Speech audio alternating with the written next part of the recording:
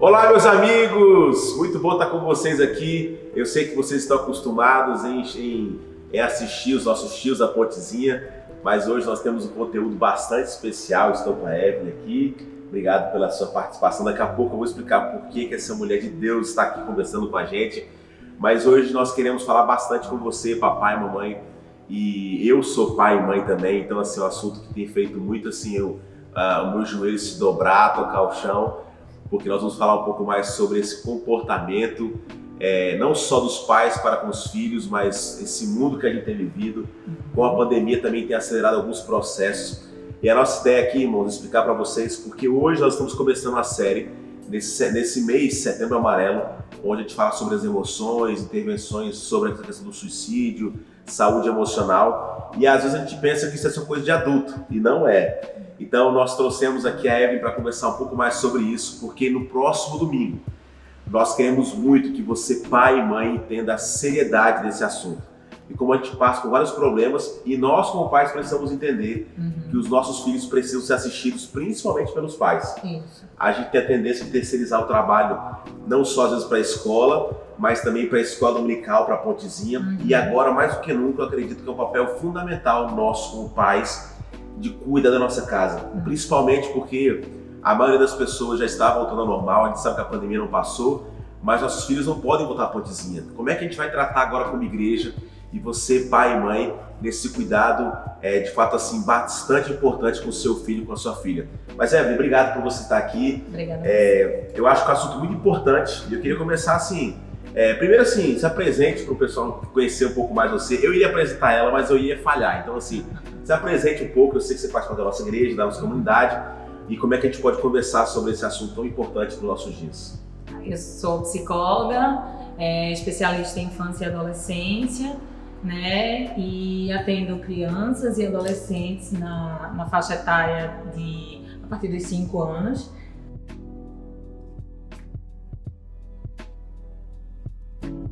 Houve uma demanda de crianças que antes não apresentavam nenhuma dificuldade, que agora surgiu, né, questões de irritabilidade, de dificuldade em assistir às aulas online, que isso é um ponto que tem sido muito discutido e debatido entre os pais, né? As crianças realmente estão tendo muita dificuldade com essas aulas online. Não é fácil nem para as crianças nem para os pais, né? Não é. Né? Elas estão cansadas, né? Assim como nós adultos estamos também cansados. Elas estão proibidas, né, de fazer toda e qualquer atividade extracurricular, de qualquer esporte, né? Então são crianças que muitas vezes tinham várias atividades no seu dia a dia que hoje estão privadas, que não podem nem descer no prédio para brincar. Evelyn, eu sei muito o que você está falando, porque eu sou pai do Luca e da Esther, e eu confesso para você assim, a gente tem fé em Jesus, mas em certo sentido é um pouco às vezes desesperador saber que nós estamos criando nossos filhos nos dias de hoje. Eu não estou falando que a nossa infância foi mais fácil, mas de fato, a informação ela roda muito mais fácil. Existe comprovação científica que essa geração ela muda muito mais rápido, ou seja, ela desenvolve assim, é diferente uma criança com 15 anos hoje, 15 anos há 15 anos atrás, digamos assim. E você falou sobre o tempo de tela, uma pesquisa do Instituto Barna, olha que interessante, diz que o tempo médio online dobrou com crianças na crise, de quase 3 horas para 6 horas por dia. Não só isso, 49% das crianças agora passam mais de 6 horas online, ou seja, desse pessoal que dobrou, 49% gasta mais de 6 horas, comparado a essa pandemia, só 8,29% gastava mais de 6 horas. Olha isso, 26% das crianças passam mais de 8 horas online, em comparação com 4% antes da pandemia. 30% das crianças passam mais de 4 horas sem supervisão online dos pais, no caso, supervisão dos pais ali presentes. 85% dos pais que foram entrevistados por essa instituição Barna estão super preocupados quanto o tempo que os filhos passam online. E nós estamos aqui, meu irmão, minha irmã, nós queremos falar para você, pai e mãe, porque nós cremos que mais do que nunca o nosso papel profético em nossa casa é fundamental. Não adianta você colocar o seu filho para assistir 10, 15 minutos. A gente pode se esforçar muito, e você sabe disso. a gente se esforça pra caramba para fazer um produto aqui, mas assim, a gente não tem como equiparar com o Netflix, com o YouTube. As produções são muito melhores, a gente sabe disso. Agora mais do que nunca, e nós vamos começar uma série muito importante para nossa comunidade, falando sobre emoções, sobre depressão, sobre suicídio. E nós queremos, pais, que vocês participem disso, como talvez vocês nunca participaram. Mas pastor, eu não sei como fazer. Nós queremos trazer um guia. Não adianta, meu irmão, minha irmã, nós não sabemos quando nós vamos voltar. Mais do que nunca você precisa exercer o papel. Como a Evelyn falou, nós também estamos cansados. A aula online, o que a gente faz, Evelyn? Às vezes tão cansado, deixa eu assistir mais uma hora no Netflix, mais uma hora no YouTube. Eu queria perguntar o seguinte, como tem sido, ou qual a influência, porque a gente às vezes fica pensando assim, não, mas hoje nós temos tanta influência de educadores, de televisão, mas qual a influência dos pais na vida dos filhos? Isso é importante, o que eles enxergam, porque a gente às vezes acha que isso é besteira. Fala um pouco mais sobre isso, essa importância da intervenção ou exemplo dos pais na vida dos filhos. Sim, a presença dos pais, né, é super importante na construção do indivíduo, do ser humano, né? E hoje em dia a gente também perde muito tempo na tela, não é só a criança, né? E a gente muitas vezes chega em casa muito agarrado a isso e precisa disponibilizar tempo. A gente precisa aprender a ter tempo para os nossos filhos, tempo para ouvir, tempo para sentar, para brincar, né? A gente precisa disponibilizar a nossa presença para os nossos filhos, porque isso é fundamental no desenvolvimento da criança. Eu tenho uma pergunta facílima para você, para dizer o contrário.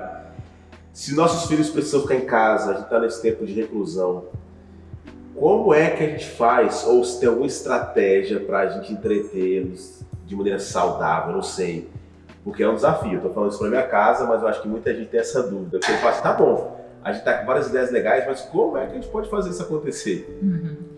Então, tudo que é lúdico atrai as crianças. Até mesmo, a gente estava falando das telas, por exemplo, até mesmo fazer uma sessão de cinema com a criança atrai ela.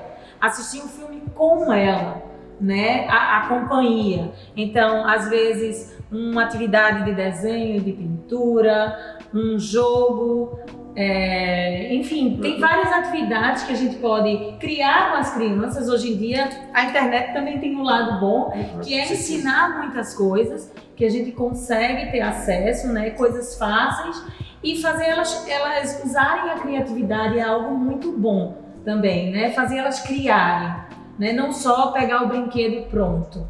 Maravilha. Outra pergunta que eu tenho é o seguinte, eu já tive várias experiências, eu acho que eu aprendi bastante com o primeiro filho, que foi o Luca, com a Esté talvez tenha errado menos que com o Luca. Porque assim, no meu contexto, eu nasci numa família que eu apanhei bastante dos meus pais, não tenho trauma por isso, mas eu sempre achei então que a palmada era a coisa que resolvia para tudo. Inclusive eu passava no shopping às vezes e via uma criança assim, fazendo escândalo, eu falava assim, se fosse meu filho. Aí parece que Deus fala assim, peraí. Aí, tudo aquilo que eu achava que seria impossível passar, eu passei na pele de fato. E eu percebi, por exemplo, que às vezes o pai sempre fala, porque tá com sono, né? Bota a culpa no sono e tal. Mas eu percebi também que às vezes, de fato, o Luca quando tava com sono, a Esther, uma vez eu ouvi de uma especialista dizendo assim, conversar com a criança com sono é a mesma coisa que conversar com uma pessoa embriagada. Não tem como ter controle. Nessa pandemia, eu acho que muitos pais estão nessa crise, porque talvez tentando entender se aquilo é uma birra, se aquilo de fato é uma criança que não acordou muito bem, porque a gente vive nesse mundo tão acelerado que a gente às vezes pensa que é besteira de uma criança talvez, eu não sei se a palavra depressão é pesada, mas se sentir talvez deprimido. Como é que a gente pode identificar a diferença talvez de uma birra, ou a diferença talvez de uma criança tristinha porque ela não ganhou o doce, ou talvez de algo que seja um pouco mais profundo?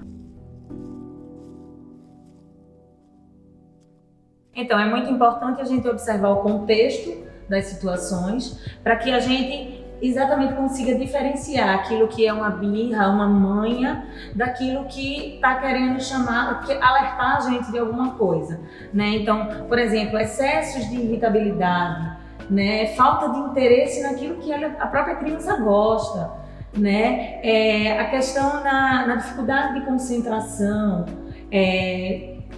alterações de sono, do humor, de alimentação, né? Crianças que não estão fazendo uma dieta, que de repente começam a perder muito peso ou ganhar muito peso. São questões que a gente precisa estar atento, né? Porque pode ter alguma coisa aí que precise de uma atenção maior. Maravilha. Meu irmão, minha irmã, de fato eu quero deixar essa palavra, talvez esteja sendo até um pouco repetitivo, mas assim, nós estamos preparando para a semana que vem um material, mas esse material ele só vai ser especial se houver de fato engajamento de você, pai e mãe. Porque nós cremos assim que mais do que nunca nós precisamos colocar em prática muita coisa daquilo que a gente professou um dia, que nós cremos que nossa casa servirá ao Senhor. Mais do que nunca, irmãos, nós precisamos abraçar esse papel. E por favor, entenda, eu não estou falando aqui como alguém que é perfeito, que faz isso em casa. Eu preciso aprender e quero fazer porque eu também estou vivendo um tempo meio desesperador. Não é que eu estou em crise lá em casa, mas os meus filhos também. É uma luta para o Luca parar de mexer no celular ou no joguinho, ou até mesmo a Esther, novinha, a gente fica tentando lutar. Mas eu sei que a gente está cansado. Mas assim, a palavra de Deus fala sobre inculcar, da gente de fato ser exemplo em tudo, para que nossos filhos sigam os passos do Mestre.